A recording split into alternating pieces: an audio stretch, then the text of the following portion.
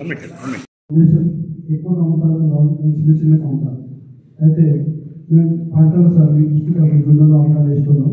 తర్వాత హైదరాబాద్ నగరానికి అభివృద్ధి తగ్గట్టు రైతు బజార్లు, హైదరాబాద్ చెందిన వాళ్ళ అభివృద్ధి తగ్గట్టు కృషి విజ్ఞాన కేంద్రం కానీ క్రీడా ఏర్వాక రాజేంద్ర ఇన్స్టిట్యూట్లో ట్రైనింగ్ తీసుకున్న తర్వాత ఆ ప్రాంతంలో అట్లాంటి కొత్త అధునాతన పంటలు వినియోగకూడదు అనే ఉద్దేశంతో శాస్త్రవేత్తల సహకారాలు, అధికారుల సహకారాలు తీసుకొని ఎప్పటికప్పుడు ఎక్స్పోజర్ చేసి ఫీల్డ్ విజిట్ పెట్టుకొని మా పంటలు కొత్త రకమైన పంటలు మన ప్రాంతాల్లో ఇంట్రడ్యూస్ చేసుకుంటూ ఓన్ మార్కెట్ చేసుకోవడానికి రైతు వాళ్ళు స్టార్ట్ చేస్తుంది.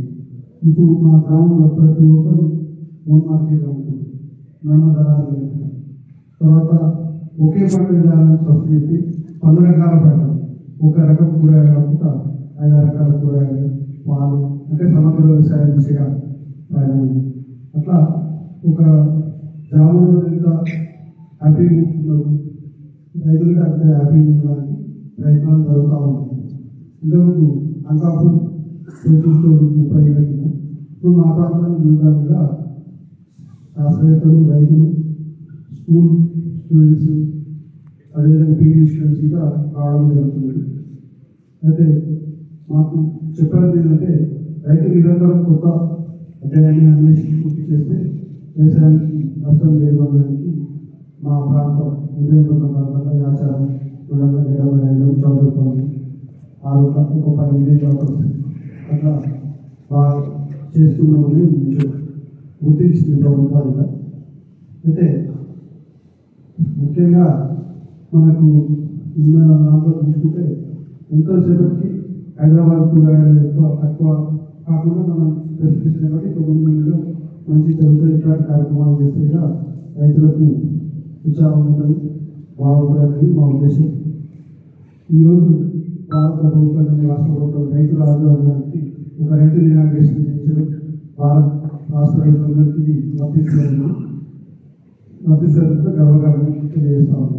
ఈ అవకాశం ఇచ్చిన రాష్ట్రపతి నిలయానికి మరియు మీడియాకు ప్రతినిధులకి నా హృదయపూర్వక శుభాకాంక్షలు. ఇంకా చెప్పాలంటే చాలా ఉంది.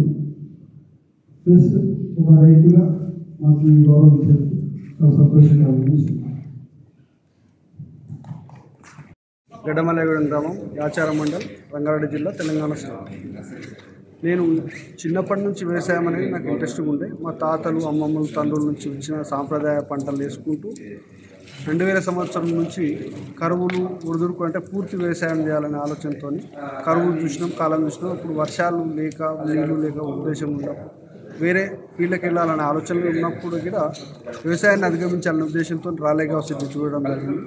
రాలేగావ్ సిటీ ఏంటంటే వాటర్ షెడ్ ఎట్లా నీళ్లు చేసుకోవాలి దాన్ని చూసిన తర్వాత మా ప్రాంతం మనప్పుడు కలెక్టర్ అజయ్ జైన్ గారిని కలవడం, అప్పుడు మినిస్టర్ దేవేంద్ర గారిని కలవడం, వాటర్ షెడ్ స్టార్ట్ చేయడం, 5 సంవత్సరాల తర్వాత నీళ్ళు ఇంక్రీజ్ కావడం, తర్వాత శాస్త్రవేత్తలు, ఉద్యానవన శాస్త్రవేత్తలు, వ్యవసాయ రాజేంద్ర గారు మీటింగ్లు అంటే ఎక్స్పోజర్ విజిట్స్ చూడడం, మీటింగ్లు చూడడం, దాని ద్వారా టెక్నాలజీని తీసుకొని మా ప్రాంతంలో కొత్త రకాల విత్తనాలు తీసుకొచ్చి ఏ ప్రాంతం మాది గడ్డమల్లగూడెం ఇబ్రహీంపట్నం దగ్గరికి వచ్చింది. మేము ఆ పంటలను పండించుకుంటూ ఓన్ మార్కెట్ విధానం నేర్చుకుంటాం. దళారు లేకుండా రైతు బజార్లలో అమ్ముకోవడం, తర్వాత మార్కెటింగ్ చేసుకోవడం, ఒకే రకం పంటలు కాకుండా పలు రకాల పంటలు చేయడానికి ఆ ఉద్దేశంలో ఒక పంట వేసిన ఒక రకం ధర లేకుండా ఇంకో రకం ధర ఉంటుంది. పాలకు లేకుంటే పంటకు ఉంటుంది, పంటకు లేకుంటే పాలకు ఉంటుంది, పాల పంట లేనప్పుడు పంటకు ఉంటుంది అనే ఉద్దేశంతో పలు రకాల పంటలు చేయడం. ప్రస్తుతం రైతులకు మీరు ఇచ్చే సూచన ఏంటి? ఎలాంటి పంటలు పండిస్తే మీకు వాళ్ళకి అధిక దిగుబడి ఉంటుందని? ప్రస్తుతము అందరికీ తెలియాలి, యావత్ తెలంగాణ రాష్ట్రంగా దేశ ప్రజలకు తెలియజేయాలంటే ఏదైతే డిమాండ్ ఉంటుందో ఆ పంటలు కాకుండా అన్ని రకాల పంటలు వేసినప్పుడు ఏదో ఒక పంటకు మనకు అంటే తినడానికి వచ్చే పంటలు, నిలువ ఉండే పంటలు, మా ఎక్స్పోర్ట్ చేసే పంటలు అంటే కూరగాయలు, పాలు, పండ్లు అన్ని సమపాలలో ఉన్నప్పుడు అన్ని సమాన ధరలు ఉంటాయి, సమిష్టిగా ఉంటుంది. ఎక్కువ లాభాలు ఆర్జించకుండా నష్టాలు పోకుండా ఉండడానికి ప్రయత్నం చేయడానికి పలు రకాల పంటల విధానం అవలంబించడం, పంట మార్పిడి విధానం అవలంబించడం, అందరు వేస్తున్నాం మనం వేస్తున్నాం అనేది కాకుండా మన అవసరం ఏంటి, మన ప్రాంత అవసరాలు ఏంటి, దానికి అనుగుణంగా పంట సాగు విధానం వచ్చినప్పుడు అయితే మనకు ప్రకృతి బాగుంటుంది, ఇది ప్రజలు బాగుంటారు అనేది ఒక నమ్మకం. కష్టమైనా సరే ఇష్టంగా చేసే పంటలు కొన్ని ఉంటాయి. అట్లాంటివి చేసినప్పుడే రైతు అధిగమించి ముందుకెళ్ళడానికి ఆస్కారం ఉంటుంది.